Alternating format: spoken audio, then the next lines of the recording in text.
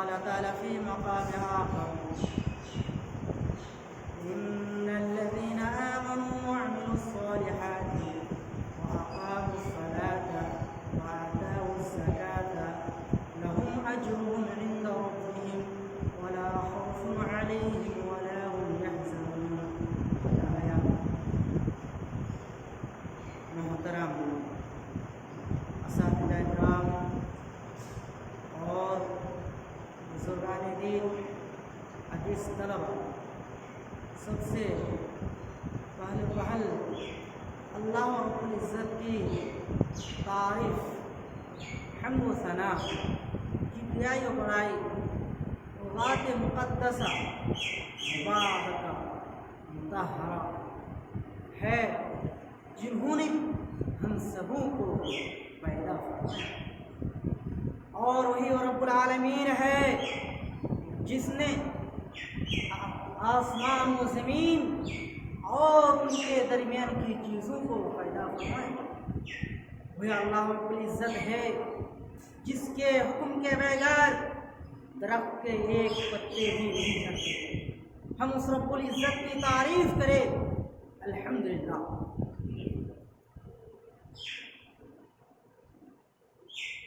محترم سامعین، اس کے بعد درود و سلام نازل ہو تمام انبیاء و رسول پر، اور بالخصوص ہمارے آخری نبی جناب محمد مصطفیٰ احمد مصطفیٰ صلی اللہ علیہ وسلم پر۔ اللہم صلی علی محمد وعلی آل محمد کما صلیت علی ابراہیم وعلی آل ابراہیم انک حمید مجید۔ اللہم بارک علی محمد وعلی آل محمد کما بارکت علی ابراہیم وعلی آل ابراہیم انک حمید مجید۔ محترم سامعین، میں نے آپ حضرات کے سامنے سورۃ البقرہ سے ایک آیت تلاوت کی۔ خطبہ مسنونہ کے بعد آپ سامعین اکرام کے سامنے، اب محترم سامعین کے سامنے ایک آیت تلاوت کی ہے جس میں اللہ رب العزت ارشاد فرماتا ہے ان لوگوں کے بارے میں جو لوگ یہ کہتے تھے کہ صرف دل سے ایمان لائے بغیر، یعنی زبان سے کلمہ طیبہ کہہ دینے سے کافی ہو جائے گا، صرف اگر زبان سے کہہ دے لا الہ الا اللہ تو صرف اس کے لیے وہی کافی ہو جائے گا، وہ اللہ کی عبادت نہ کرے، صرف کلمہ توحید کہہ دے اور ڈائریکٹ جنت میں داخل ہو جائے۔ لوگوں کے متعلق اللہ رب العزت فرماتے ہیں کہ ان الذین آمنوا، کہ وہ لوگ جو ایمان لائے، صرف ایمان لانے پر ہی کافی نہیں ہے بلکہ ایمان کے ساتھ ساتھ نیک عمل کرنے کا بھی اللہ رب العزت نے حکم دیا ہے۔ قرآن میں آپ کو کہیں بھی ایسا نہیں ملے گا کہ صرف لا الہ الا اللہ کہہ دے اور نیک عمل کیے بغیر جنت میں چلے جائے۔ اور جنت کی جو ہے نبی صلی اللہ علیہ وسلم کو اللہ تعالیٰ نے جو آیت نازل فرما کر لوگوں کو تنبیہ کر دی، اللہ رب العزت قرآن مجید کے اندر ارشاد فرماتا ہے کہ ان الذین آمنوا، جو لوگ ایمان لائے، ساتھ ہی کیا کہہ رہے، وعملوا الصالحات، اور کیا کرے، نیک عمل کیے۔ جو لوگ ایمان لائے اور نیک عمل کیے، اور نیک عمل میں جو سب سے بہتر عمل ہے، اس کے بعد کہے ہیں ان الذین آمنوا وعملوا الصالحات واقاموا الصلاۃ، کیا کیا نیک عمل میں سے جو سب سے بہتر عمل ہے وہ کیا ہے، نماز ہے۔ محترم سامعین، میں آپ حضرات کے سامنے اسی نماز کی اہمیت کے متعلق گوشہ گزار کرنا چاہتا ہوں۔ اللہ رب العزت سے دعا ہے کہ اللہ تعالی ہم سب مسلمانوں کو کہنے سننے سے زیادہ عمل کرنے کی توفیق عنایت فرمائے۔ محترم سامعین، نبی صلی اللہ علیہ وسلم کے دور میں دیہات سے کچھ لوگ آئے اور کیا کہے، قالت الاعراب، دیہاتی لوگ کیا کہے کہ آمنا، کیا کیا ہم نے، ایمان لایا۔ اللہ رب العزت قرآن مجید کے اندر آیت نازل فرما کر کہتے ہیں کہ نبی صلی اللہ علیہ وسلم انہیں کہہ دیجئے قل لم تؤمنوا، کہ تم لوگوں نے ایمان نہیں لائی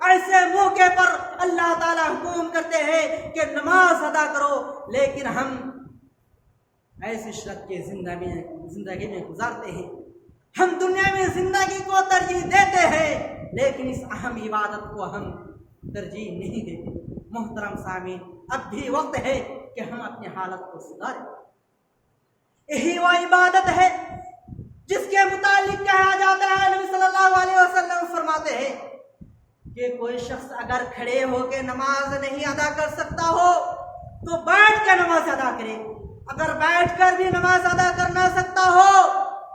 تو اشارے سے بھی نماز ادا کرے، جب تک ان کے ہوش و حواس قائم ہے تب تک وہ نماز قائم کرتے رہے۔ لیکن اس کے علاوہ دیگر عبادت، روزے مان لیجئے، کوئی شخص بیمار ہے، مریض ہے، تو اللہ تعالیٰ کیا کرتے ہیں کہ ان کے روزے کو قضا کے طور پر کہتے ہیں کہ بعد میں ادا کرو۔ اگر اتنی بیمار ہے کہ وہ روزے کا ادا نہیں کر سکتا ہے تو اللہ تعالیٰ ان کے متعلق کہتے ہیں کہ اپنی طرف سے فدیہ ادا کر دو، یعنی دوسرے کو فدیہ دے دو، تمہاری طرف سے ہے عبادت قضا کر جائیں گے، پورے کر جائیں گے۔ لیکن نماز ایسی عبادت ہے کہ جب تک ان کے ہوش و حواس قائم رہے، یعنی وہ زندہ رہے، وہ نماز قائم کرے، نماز ادا کرے۔ محترم سامعین، یہی وہ عبادت ہے جس کے متعلق انبیاء کرام علیہ السلام دعا کیا کرتے تھے، اور دوسری عبادت کے لیے اتنی نہیں بلکہ جتنی نماز کے لیے کرتے تھے۔ حضرت ابراہیم علیہ السلام دعا کرتے ہیں اور ان کی دعا کو اللہ رب العزت نے قرآن میں نقل فرمایا ہے کہ رب اجعلنی مقیم الصلاۃ، کہ اللہ مجھے اور میری ذریت کو، میرے آنے والے نسل کو کیا کرو، نمازی بناؤ اور ان کو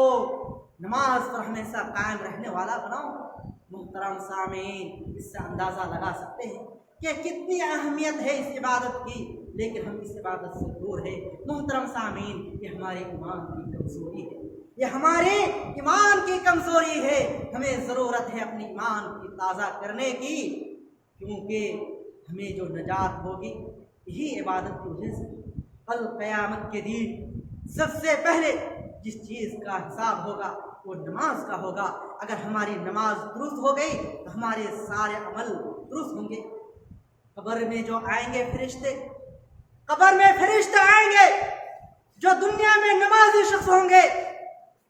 اس نمازی شخص کے لیے اس قبر میں اس کا وہ وقت لایا جائے گا، اثر کا وقت، یعنی چاہے اس نمازی کو آپ رات میں دفن کرے یا کسی بھی وقت دفن کرے، لیکن اس کے لیے اس کا اثر کا وقت کیا جائے گا، اور وہ نمازی کیا کریں گے، وہ نماز کے لیے تیاری کرتے ہوں گے اور فرشتہ آ کے اس حال میں پائیں گے۔ محترم سامعین، نماز وہ ایسی عبادت ہے جس کے متعلق اللہ رب العزت کے پیارے حبیب صلی اللہ علیہ وسلم فرماتے ہیں کہ بین العبد والکفر الصلاۃ، کہ ایک آدمی، ایک مسلمان اور ایک کافر کے درمیان جو چیز فرق کرتا ہے وہ نماز ہے۔ اسی طرح اللہ کے پیارے حبیب صلی اللہ علیہ وسلم نے ارشاد فرمایا کہ من ترک الصلاۃ متعمدا، کہ جس شخص نے نماز کو جان بوجھ کر چھوڑا اس نے کفر کیا۔ محترم سامعین، نماز چھوڑنے والوں کے لیے کتنی وعید آئی ہے، ہمیں ان چیزوں کو ہمیں دل میں لے کر آج اس سے ہمیں چاہیے کہ اگر ہم شیطان کے چکر میں آ کے ہم دین سے دوری ہیں اور اس اہم عبادت کو ہم چھوڑ رہے ہیں اور اس قیمتی وقت کو ہم چھوڑ رہے ہیں، ابھی بھی وقت ہے کہ ہم سدھر جائیں۔ محترم سامعین، اسی نماز کے متعلق ائمہ نے مختلف فتویٰ دیے ہیں۔ ان میں سے امام احمد بن حنبل کہتے ہیں کہ جو شخص جان بوجھ کر نماز چھوڑتا ہے وہ کافر ہے، جو کافر پر حکم نافذ ہوتا ہے اس نماز چھوڑنے والے پر بھی حکم نافذ ہوتا ہے۔ محترم سامعین، اللہ تعالیٰ سے دعا ہے کہ اللہ رب العزت ہمیں پکے سچے مومن بنائے، ہم مسلمان ہیں ہمیں مومن بنائے اور ہم مومن مومین کب ہوں گے؟ جب اللہ رب العزت کے بتائے فرمان کو مکمل طور پر ہم مجا لائیں گے۔ محترم سامعین، اسی لیے ہمیں اللہ رب العزت سے دعا کرنی چاہیے۔ اسی لیے اللہ رب العزت نے قرآن مجید کے اندر ارشاد فرماتا ہے کہ فَإِنْ آمَنُوا بِمِثْلِ مَا آمَنْتُمْ بِهِ فَإِنْ آمَنُوا بِمِثْلِ مَا آمَنْتُمْ بِهِ فَقَدِ اهْتَدَوْا، کہ وہ لوگ، یہ یہود و نصارہ، یہ کفار و مشرکین، اگر تم صحابہ کرام رضوان اللہ علیہم اجمعین اور پیارے حبیب صلی اللہ علیہ وسلم کی طرح ایمان لے آئے، دین پر اسی طرح عمل کرے، تو یہی لوگ ہدایت یافتہ ہوں گے، یہی لوگ مومن ہوں گے، اور نجات پانے والے شخص میں یہی لوگ ہوں گے۔ اسی لیے ہمیں جو نمونہ بتایا گیا، جو ہمیں آئیڈیل بتایا گیا، جو ہمیں اقصا بتایا گیا، کیا کہا گیا کہ فَإِنْ آمَنُوا بِمِثْلِ مَا آمَنْتُمْ بِهِ، کہ لوگ ایمان لائے اس طرح جس طرح صحابہ کرام رضوان اللہ علیہم اجمعین نے ایمان لایا ہے، تب یہ لوگ ہدایت یافتہ ہوں گے، تب یہ لوگ جا کے نجات پانے والوں میں سے ہوں گے۔ محترم سامعین، ہمیں چاہیے، اللہ تعالیٰ سے دعا ہے کہ اللہ رب العزت ہمیں پکے سچے مومین بنا، ہمیں پکے سچے نمازی بنا، ہمیں پکے سچے ایماندار انسان بنا، اور جب ہم زندہ رہے، جب تک ہم زندہ رہے، ہم کلمہ توحید پر زندہ رہے اور تیرے بتائے احکام پر ہم بجا لاتے ہوئے ہم زندہ رہے۔ محترم سامعین، اپنے باتوں کو میں پھول نہ دیتے ہوئے یہیں سے ختم کرتا ہوں۔ آج کا خطبہ کا خلاصہ کلام یہ ہے کہ نماز بہت اہم عبادت ہے۔ اس اہم عبادت کو اللہ رب العزت نے اپنے پاس اپنے پیارے حبیب کو بلا کر فرض کیا۔ محترم سامعین، اس اہم عبادت ہی ایسی ہے کہ جن کے متعلق سب سے پہلے محاسبہ کیا جائے گا۔ محترم سامعین، اس کے متعلق اللہ تعالیٰ نے بتا دیا کہ صحابہ کی طرح اگر تم ایمان لاؤ گے تبھی تم نجات پاؤ گے، اگر تم ان کی طرح ایمان نہیں لاؤ گے تو پھر تمہارا انجام اللہ تعالیٰ کے وہاں ہوگا۔ محترم سامعین، اسی لیے ہمیں چاہیے کہ ہم نماز کا پابندی بنیں۔ اقول قولی ھذا استغفر اللہ لی ولکم ولسائر المسلمین، وآخر دعوانا الحمد للہ رب العالمین۔